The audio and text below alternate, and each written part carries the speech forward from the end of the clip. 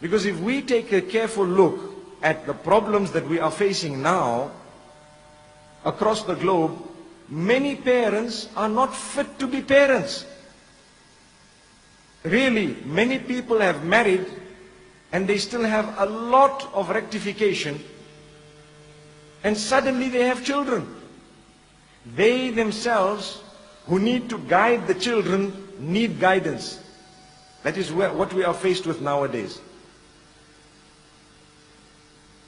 You have parents who have suddenly become parents, but they don't know what parenthood is all about. Because the responsibility that comes with a child is very great, and they think it's a joke. And in order to address this, we need to go a little bit deeper to resolve the matters and between the children and the parents, and to try and give the children the best of upbringings.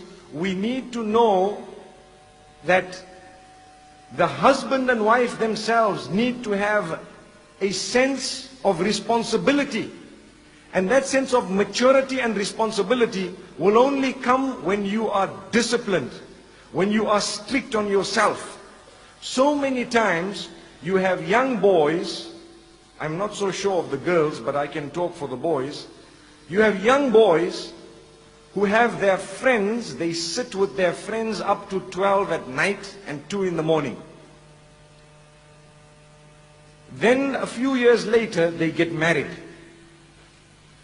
And when they get married, they still find themselves making the same time for their friends. That is prohibited, completely prohibited. How can a person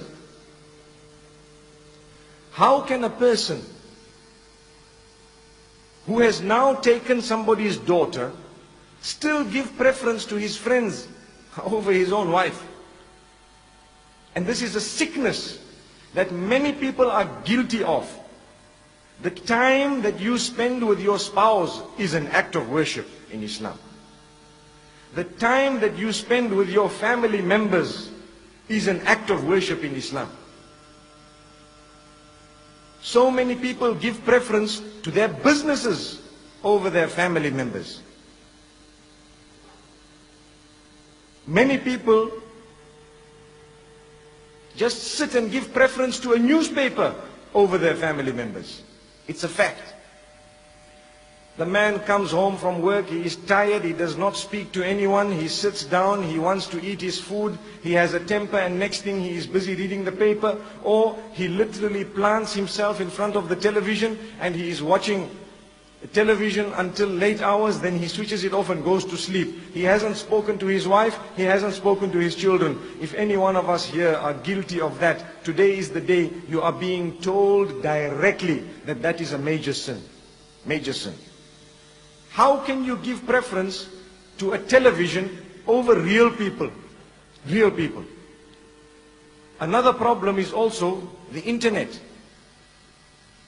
Many people give preference to the internet and spend hours every day until 2 and 3 in the morning laughing and joking with the screen.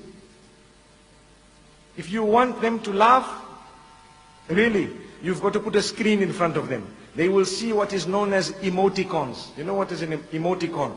Those small little faces that you have on the screen. Small cartoon style faces. They look at someone who sent them an emoticon and they laugh. But if you talk to them, they will look at you and say, hey, I'm busy.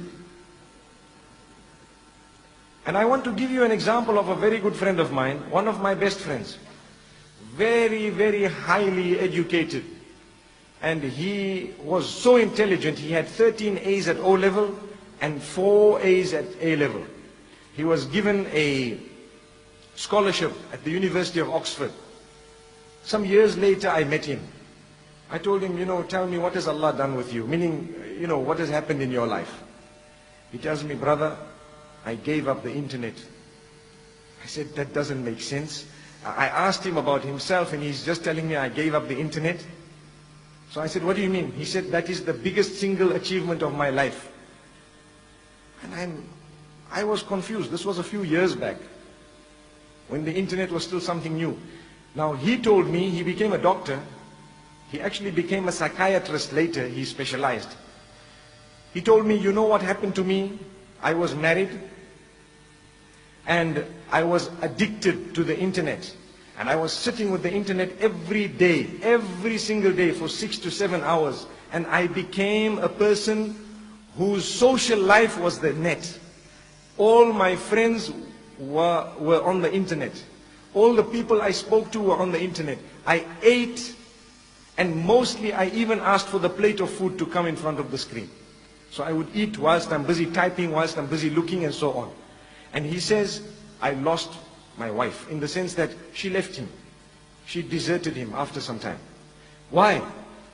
Because if you are not going to give due attention to your wife, who do you want her to get that from?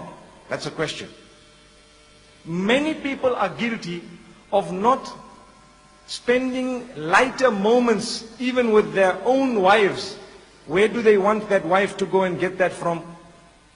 It is true, and we need to talk about it, because so many women are suffering in silence. It's a fact of life. They are too embarrassed to mention what is going on. And that is the beginning of the problem. Imagine the children that come out of such a relationship. What warped upbringing will they have? What type of a relation will there be between parent and child when the parent-parent relation is non-existent? So many people are guilty of not understanding that they have taken someone's daughter with the name of Allah. When we are officiating a nikah, you and I know that there are certain verses that are read. I'm sure you all know those verses. All of those verses have the consciousness of Allah mentioned in them. And I feel, and let's listen to this very carefully, that the most important verse is the third verse that is read. يا أيها الذين آمنوا اتقوا الله وقولوا قولا سديدا. O you who believe, be conscious of your Rabb, be conscious of your Creator, be conscious of Allah subhanahu wa ta'ala, and only utter that which is upright, that which is straight, that which is full of happiness, that which is full of contentment, that which is full of truthfulness, that which is away from falsehood, that which is away from deception, that which is not vulgar at all. That is the meaning of the term sadidan. Sadid means that which is straight. It will result in all forms of goodness, and it will keep you away from all forms of bad and evil. Why is this verse repeated when we are getting married? Can I inform you of one of the reasons? One of the reasons is that, do you know that 90% of your problems are caused by the tongue? 90% of any human being's problems are caused by the tongue. So Allah is saying, watch out. Be careful how you use that tongue of yours, especially in marriage. The question I have, how many of us utter words to make our spouses feel good? How many of us utter words to put a smile on the faces of our spouses on a daily basis? I think a lot of us are guilty of never doing that, or doing it very little. Every single day, it would be an act of worship for myself and yourselves to say a few words to make your spouse smile, both male and female. An act of worship. If we don't do that, we will have a hollow society. Outwardly, everything seems to be okay. Inside, nothing is okay. And people are suffering in silence.